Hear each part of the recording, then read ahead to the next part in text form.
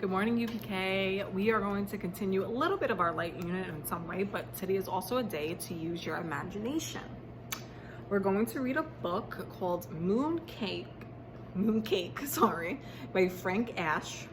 And if we could see, moon is what we're learning about in light unit, and there's also a source of light here, a candle. So we're going to be pointing out, and in the back of the book we can see another source of light. So throughout the book we're going to be looking for light sources, and we're also going to read the adventure that Bear takes with his friend Little Bird to try and catch the moon so they can taste it. I know, it sounds crazy, right? So we're going to see the adventure that they go on, and then what you're going to do is you're going to answer some questions, and then you're going to try to create a story of your own and use your imagination. You're going to think about how you would try to catch the moon. And try not to copy the way that Bear does it, and try to think of your own idea, because what your idea is could be way better than what Bear tried. And then you're going to imagine what you think that the moon would taste like if you were able to eat it. Okay, so let's get the story started. One summer night, let me turn it this way so you guys can see it better.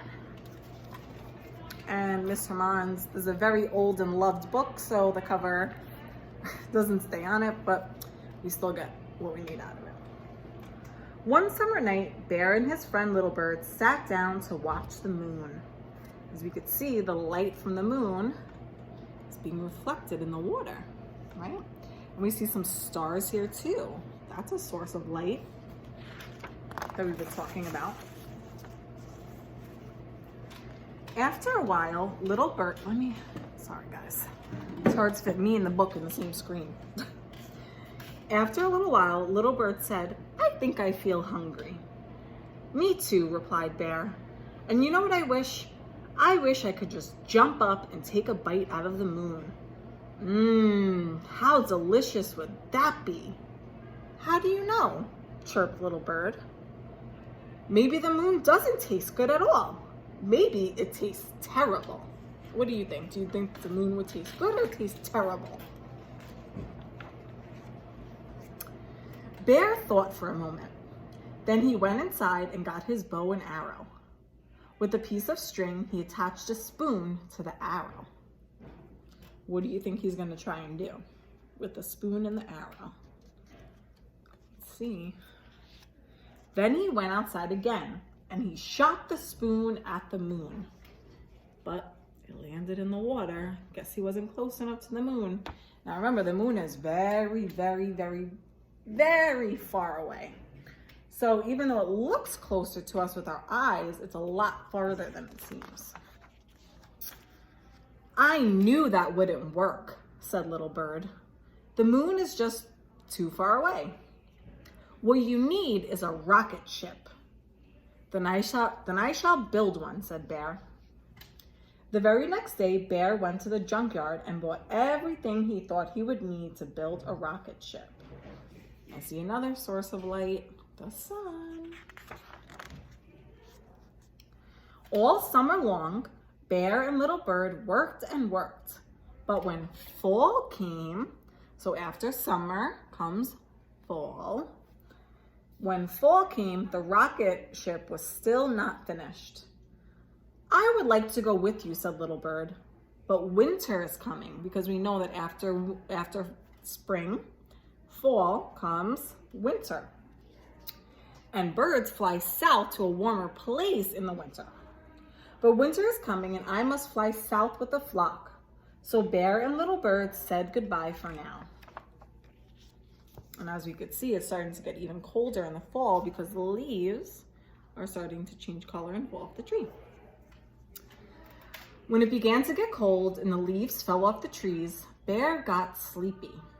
See, usually bears will spend their winter sleeping, and we call that hibernation. But instead of climbing into bed and sleeping through the winter like he usually did, that's what bears do, he kept right on working. He worked and worked and worked until the rocket ship was finished. Then he climbed inside and began the countdown. 10, 9, 8, 7, 6, 5, 4, 3, 2. But before he reached 1, he fell asleep. So remember, Bear fell asleep. He slept and he slept. Now we know winter is here. So what do we think these are? If you said snow, you're correct. Because snow comes in the winter, just like we've seen a lot of snow lately, right? Until one night, the wind knocked over his rocket ship. Bear had never been awake in the winter before. When he opened his eyes and saw all the snow, he thought he was on the moon.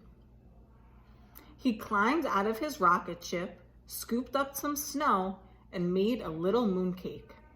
Then he tasted it. Oh, I see another light source, the candle, and the stars in the background. It tasted like something he had tasted before, but he wasn't quite sure what it is. Let's think about it. He's eating snow, right? He thinks it's a cake. It's a moon cake, but it's really snow. What turns into snow when it gets too cold? Let's think about that. See if you can guess. And then you'll know what Bear is really eating and why it tastes familiar to him. While he thought about that, he decided to go for a walk. He didn't want to go too far because he was afraid that he would get lost. So he just walked in a big circle. After a while, he came upon his own paw prints in the snow. See? But he forgot they're his paw prints. These paw prints are too big to belong to a moon mouse or even a moon raccoon, thought Bear. Maybe they were made by a moon bear, or perhaps, he shuddered, a terrible moon monster. Bear felt scared. He ran back to his rocket ship and prepared for takeoff. Again, he began the countdown. 10, 9, 8, 7, 6, 5, 4. Again, he fell asleep. This time he slept until, well, let's guess.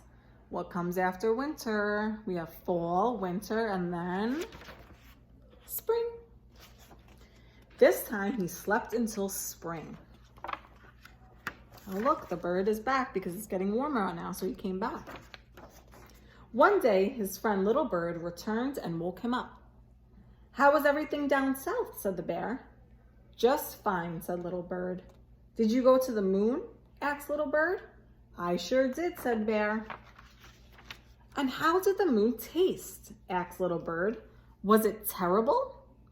No, replied Little Bear. It was delicious. So now you're going to go, and like Mr. Mon said, you're going to imagine your own kind of story where you are going to build something. Ooh, Mr. Mon's camera almost fell. Sorry. Where you're going to build where you're going to think of what you would make to catch the moon and how the moon would taste if you were able to taste it. And then you have a few other questions to answer about the book in your emails to your parents. Can't wait to see the work you do. Be sure, if you want to, include pictures in your story, anything that'll make it even more imaginative. Remember to use your own thoughts and imagination. You are very creative. Can't wait to see your work. We'll see you soon.